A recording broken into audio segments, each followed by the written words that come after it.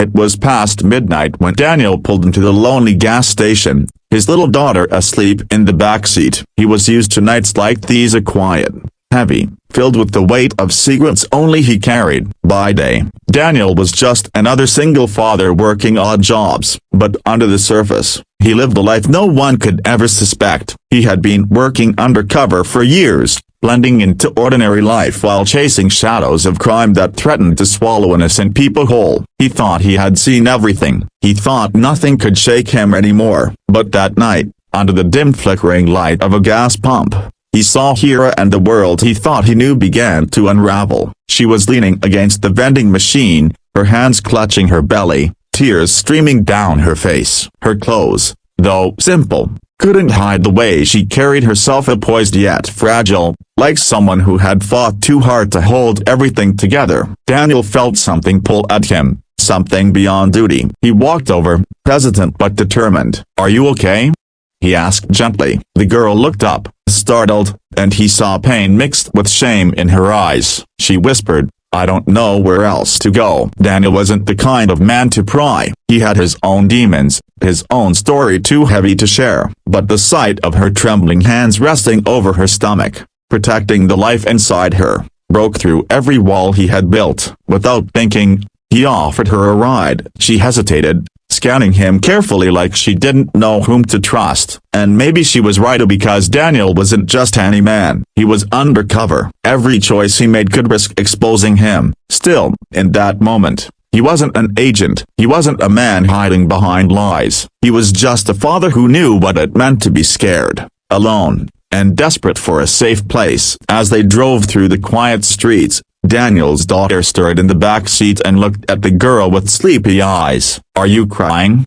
she asked innocently. The girl forced a small smile and shook her head. Daniel saw the way she softened at the sight of a child.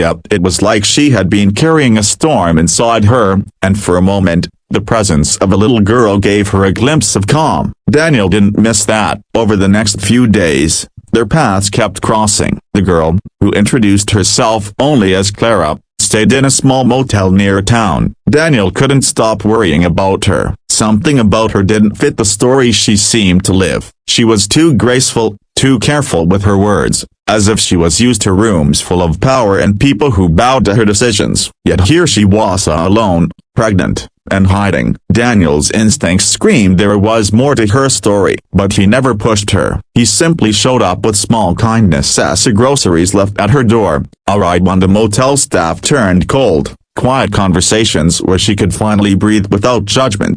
Then one night, it all came crashing down. Daniel was called into an urgent operation. His cover was at risk, and he had no choice but to move quickly. But just as he was leaving, he saw Clara sitting outside the motel, holding her stomach, her face pale with fear. Something was wrong with the baby. He was torn between duty and humanity, between the mission that could end years of work and a girl who had no one else. For once, Daniel chose not the agent's path but the father's heart. He rushed her to the hospital, staying by her side as doctors fought to stabilize her and the baby. And in those sterile hospital halls, Clara's truth finally came out. She wasn't just a lost girl. She wasn't just pregnant and broken. She was Clara Reynolds, the CEO of a multi-million-dollar empire, a woman who had built herself from the ground up, respected and envied in equal measure. But her wealth had brought her enemies, and betrayal had come from the person she trusted most, the father of her child. He had left her in ruins,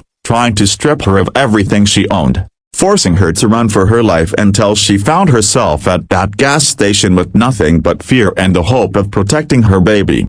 Daniel listened, stunned, realizing the woman he thought was fragile was, in truth, stronger than anyone he had ever met. Their secrets sat between Thema, his life as an undercover agent, her hidden identity as a powerful CEO. Yet in that strange intersection of lies and truths, something real had formed, something that neither disguise nor wealth could manufacture: trust. The months that followed were not easy. Clara faced legal battles and betrayals. Daniel risked exposure every day, and together they walked a road littered with challenges. But step by step, they rebuilt. Daniel stood by her in boardrooms where men once doubted her. Clara stood by him when his cover was blown, helping shield his daughter from the dangers that came with his job. Through storms, courtrooms, and late nights holding a crying newborn, they found something deeper than survival. They found a family. By the time Clara held her baby in her arms, Daniel stood beside her, and not as a stranger who stopped at a gas station, not as an undercover agent hiding behind shadows,